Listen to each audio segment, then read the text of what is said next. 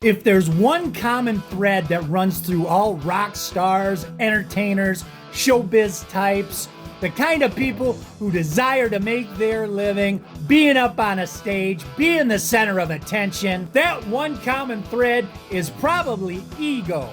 Now, while ego can be a driving force, if it's allowed to get out of control, it can become a detriment. And today I want to talk about Mr. Paul Stanley's fragile little ego, which may have been the reason why Kiss's 1992 album, Revenge, failed to go platinum. So stick around. Cat Stanley Space Demons coming at ya! Okay, so on October 17th, 1989, Kiss released their album Hot in the Shade, a record that frontman Paul Stanley referred to as a good first step toward getting back home. Not recreating what we had done before, but reasserting ourselves, redefining ourselves. Hot in the Shade is an album that really goes back to what people think of as vintage Kiss. It's much closer to that than some of the more recent stuff.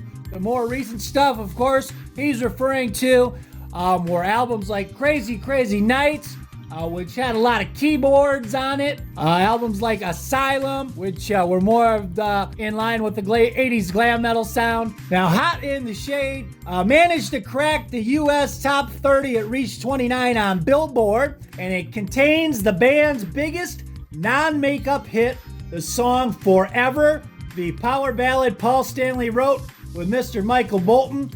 Managed to crack the Billboard top 10, got to number 8. As I mentioned, they got away from the keyboards they used on Crazy Nights in an attempt to get back to that more straight-ahead rock they were known for in the 1970s. Hot in the Shade was also the final Kiss album to feature Eric Carr on drums, and it was the first Kiss album not to attain platinum status since 1982's Creatures of the Night, in spite of having that top 10 single, Forever. Now, on the strength of that single, the band were able to embark on a successful 123-date arena tour in 1990, which included an elaborate stage setup featuring a 40-foot Sphinx like the one on the album's cover. And in keeping with getting back to that old school 70s Kiss straight-ahead rock sound, the majority of the set list they played on that Hot in the Shade tour featured songs from the band's 1970s makeup heyday. They performed a lot of those songs from back in the day. Now, by late 1991, the landscape of rock music had begun to change rapidly. It was in that year that Interscope Records had approached the band Kiss about doing a reworking of the old Argent song, God Gave Rock and Roll to You, to be released as part of the Bill and Ted's Bogus Journey soundtrack. That film released in 1991. The soundtrack came out August 22nd of 1991. But as I mentioned, the musical landscape was beginning to change. There was a lot of noise coming out of the Pacific Northwest because just over a month later, Nirvana would release their groundbreaking Nevermind album on September 24th, 1991. The smash single Smells Like Teen Spirit had already been released to radio. The single had been released. They shortly thereafter came out of the music video. In August of that year, Pearl Jam would release their album 10. So obviously, things are starting to change in music. And I feel like maybe the guys in the Kiss camp kind of started to smell the winds of change coming. And in 1991, in December of that month, Kiss would start recording their album Revenge, their follow-up to Hot in the Shade. And even though they may have not necessarily known that the days of glam and hair metal were numbered, it seems like they probably felt like they needed to get back to a tougher, more hard-edged sound, and they needed to toughen up their image. They started wearing more black, more leather, looking a bit more harder edge than they had throughout the previous decade of the 80s. And if they were going to have success with the Revenge album, another key element was going to have to be Gene Simmons. Now, for years, Gene Simmons had become an absentee member of Kiss. He had been making movies in the 80s. He was producing other bands, including Tommy Thayer's band Black and Blue. He was managing Liza Minnelli. He'd really gotten his focus away from Kiss. Paul Stanley had been the de facto leader of the band, and he kind of steered them towards that glam and hair metal direction that they took in the 80s, in which he was much more comfortable in that role than Gene Simmons, particularly with Gene's lack of interest and participation in the band during that decade. And here's what Kiss manager Larry Mazer had to say about that, coming off of that Hot in the Shade record, going into the recording of that Revenge album. Here's what he said. Kiss manager Larry Mazer. Hot in the Shade was a successful record.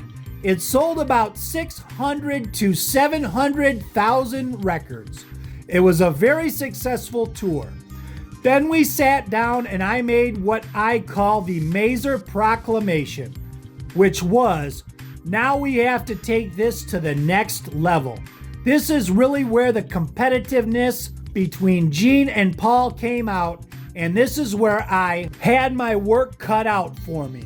Since I Love It Loud, which was the last single released from their final makeup album, Creatures of the Night, Gene had never had a song released as a single in the non-makeup era.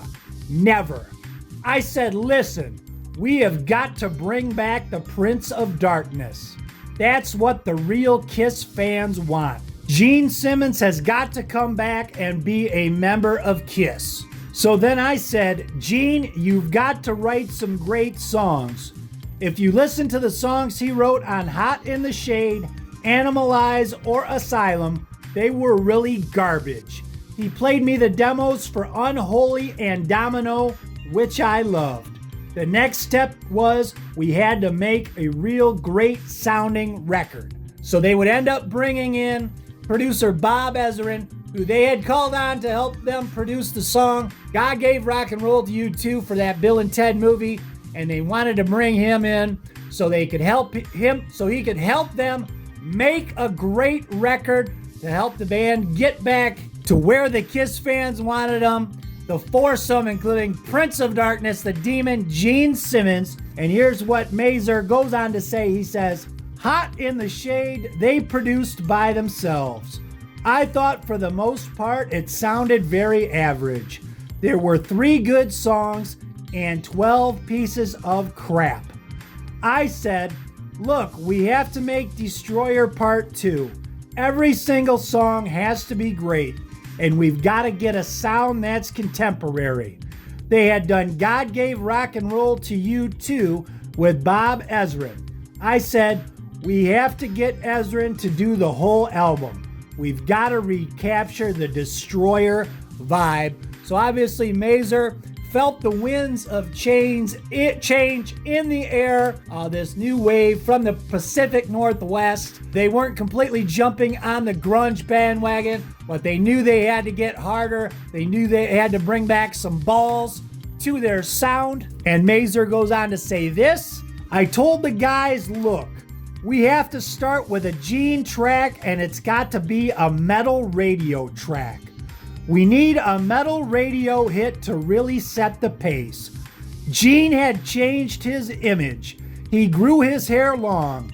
He had that goatee.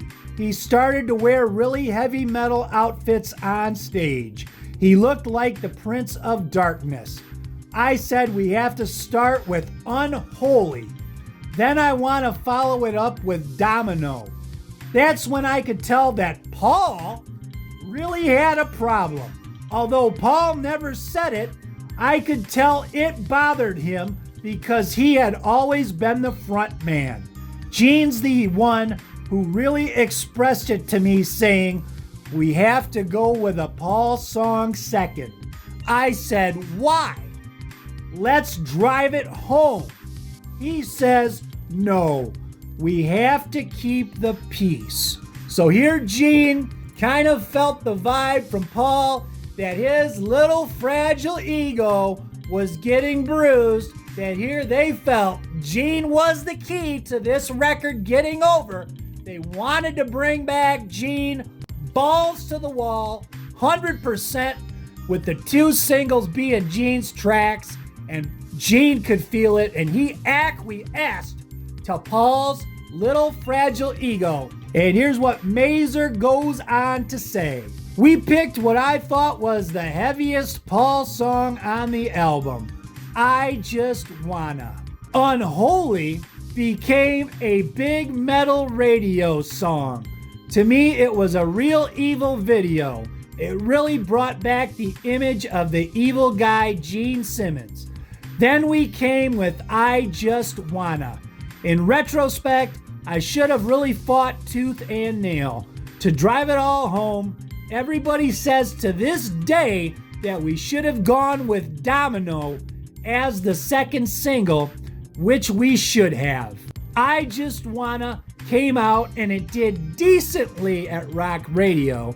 Then it came time for this third single, and we went with Domino. The song became a real crowd pleaser. At that point, the record was selling less than Hot in the Shade. I am shocked to this day Revenge is not a platinum record. And then he goes on to say they wanted to release the ballad Paul Stanley's Every Time I Look at You from that Revenge album as the next single. They thought it would be as big a hit as that Michael Bolton song Forever from that last album. But by that point, the record started to lag. The record company thought that it was played out since they had gone with the Paul Stanley song instead of going with Gene's Domino for the second single. They kind of feel like maybe the record had stalled and the record company did not want to get behind this power ballad, and they did not give it a push. And Every Time I Look at You kind of tanked. It didn't turn out to be the forever hit power ballad that they had envisioned. Here's what Paul Stanley had to say about that. I love writing ballads. I love writing memorable tunes. I come from playing an acoustic guitar. For me, it's always about the simplicity of the song rather than the production. Every Time I Look at You is a great song. When the record company didn't really give it what it needed, and when it didn't meet with the response that I had hoped for, I realized that there are a lot of things in life that are beyond our control, and that's one of them. And then he laughed. So is it possible, do you think, had they had gone with that second Gene single, Domino, could Revenge have gone on to be a platinum record? Or, in all fairness, I kind of feel like it probably wouldn't have made that much of a difference because the winds of change were in the air. Nirvana was huge. The grunge thing was really starting to take over. The whole alternative music thing was taking over. And I kind of feel like the whole Kiss thing had kind of run its course, at least that iteration of Kiss, that 80s version of Kiss. As great of a song album as Revenge is, as much as I love it personally, in terms of what was happening in contemporary music at the time, what was popular, I just kind of feel like that album did as well as it was gonna do, and I don't really think that, even though Paul's fragile little ego notwithstanding, I really don't think it would have made much of a difference. But what do you guys think? Did Paul Stanley's fragile little ego sabotage Revenge, or had time just run out for that iteration of Kiss? Let me know what you guys think. Hope y'all dug the video, and we'll see you next time. Who's here?